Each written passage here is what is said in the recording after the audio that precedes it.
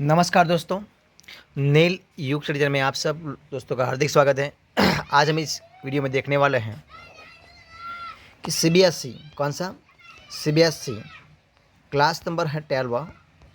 तो क्लास 12 और इसी के अंदर जो सब्जेक्ट है वो कौन सा है, वो हिंदी है।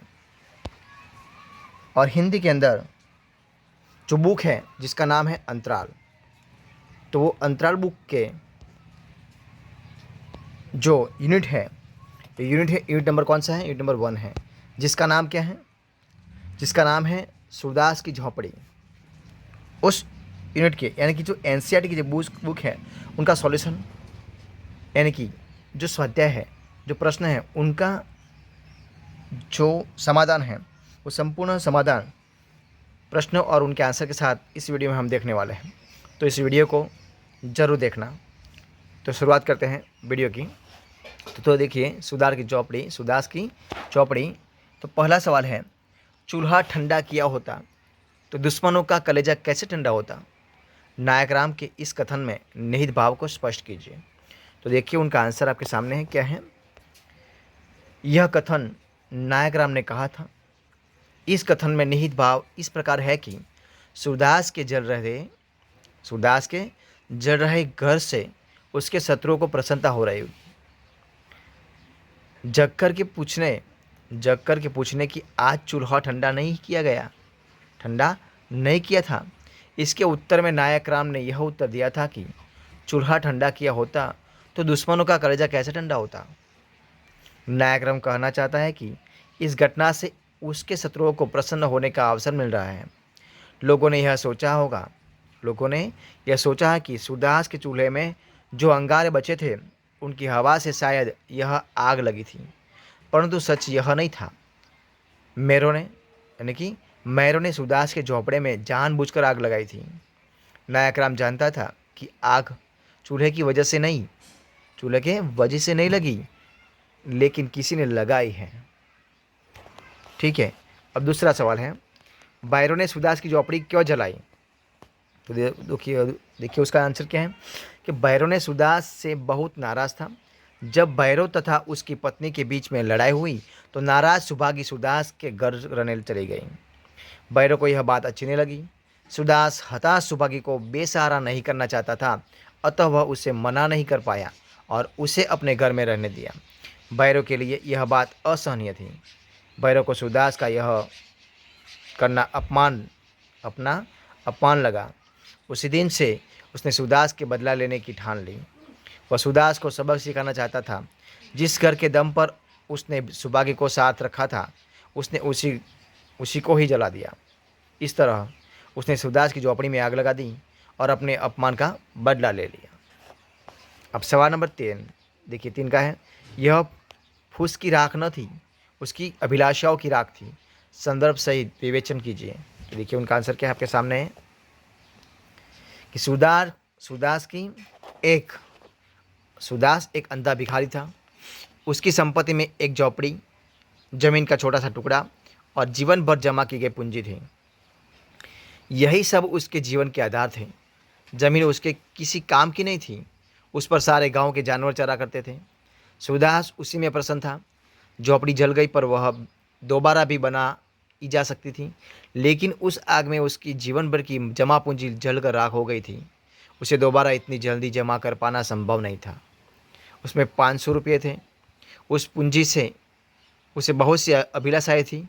वह गाँव वालों के लिए कुआं बनवाना चाहता था, अपने बेटे की शादी करवाना चाहता था तथा अपने पितरों का पिंडदान करवाना चाहता था।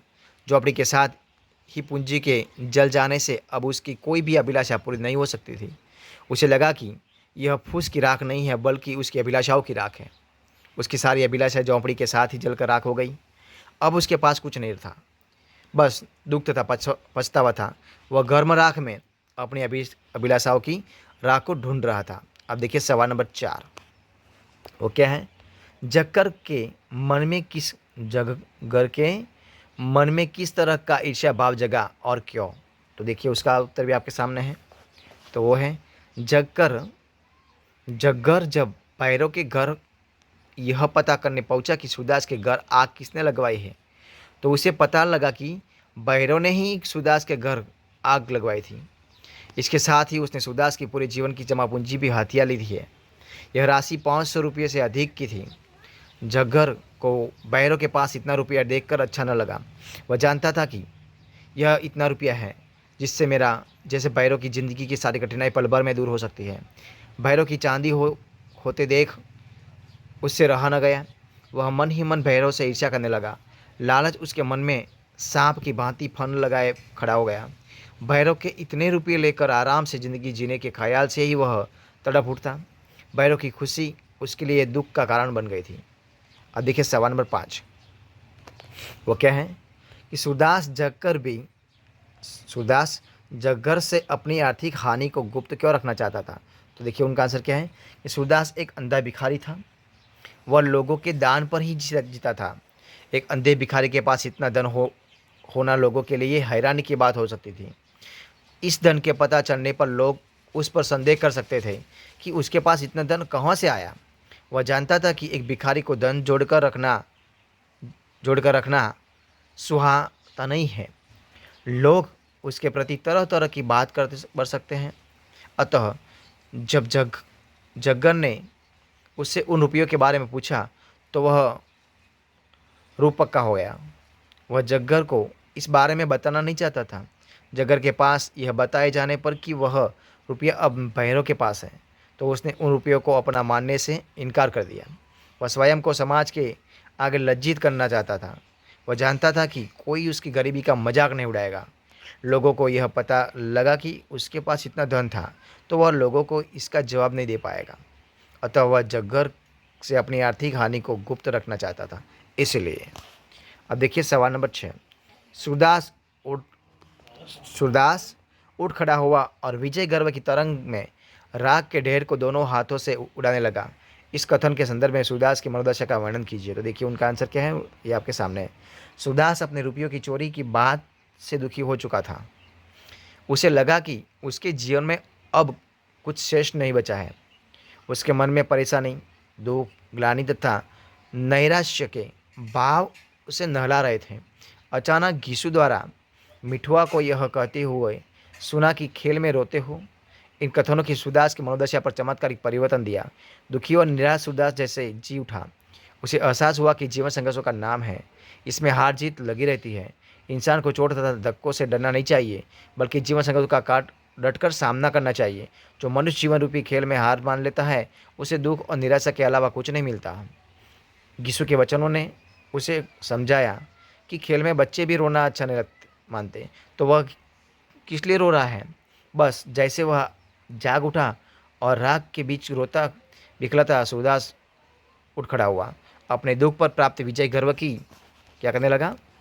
तरंग ने जैसे उसमें प्राण डाल दिए हैं और वह राग के ढेर को प्रसन्नता से दोनों हाथों में उड़ाने लगा। यह ऐसे मनुष्य की मनोदशा है जिसने हार का मुंह तो देखा हो, परंतु जो हारा नहीं बल्कि अपनी हार को भी जीत में बदल दिया है। अब देखिए सवाल नंबर 7। हम तो 100 लाख बार बनाएंगे, हम तो 100 लाख बार बनाएंगे, इस कथन के संदर्भ में सूरदास के चरित्र को विवेचन कीजिए। देखिए उनका आंसर क्या है, ये रहा। इस कथन को ध्यान से समझने पर हमें सूरदास के चरित्र की निम्नलिखित बातें सामने आती है। तो पहली क्या है, दृढ़ निश्चय। वह एक दृढ़ निश्चयी व्यक्ति है।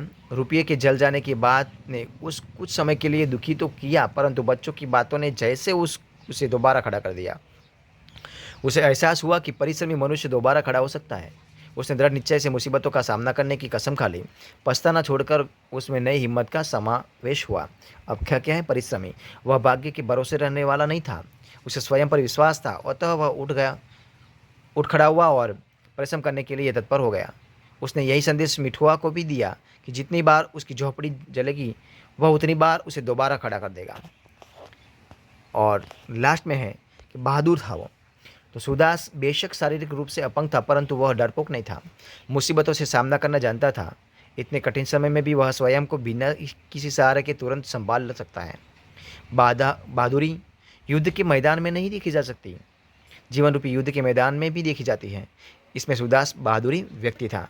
दोस्तों इस प्रकार हमें इस जो यूनिट है, जो पार्ट है, उनके जो सारे क्वेश्चन और आंसर हैं मैंने आपको बताए। तो अगर आपको इस वीडियो अच्छा लगा हो तो उनको लाइक कीजिए कमेंट कीजिए, आपके दोस्तों में शेयर कर दीजिए और लास्ट में आपने अब तक इसी चैनल को सब्सक्राइब नहीं किया तो सब्सक्राइब करना मत भूलें। इसी वीडियो को फर्स्ट देखने के लिए आप सब लोगों का बहुत बहुत धन्यवाद।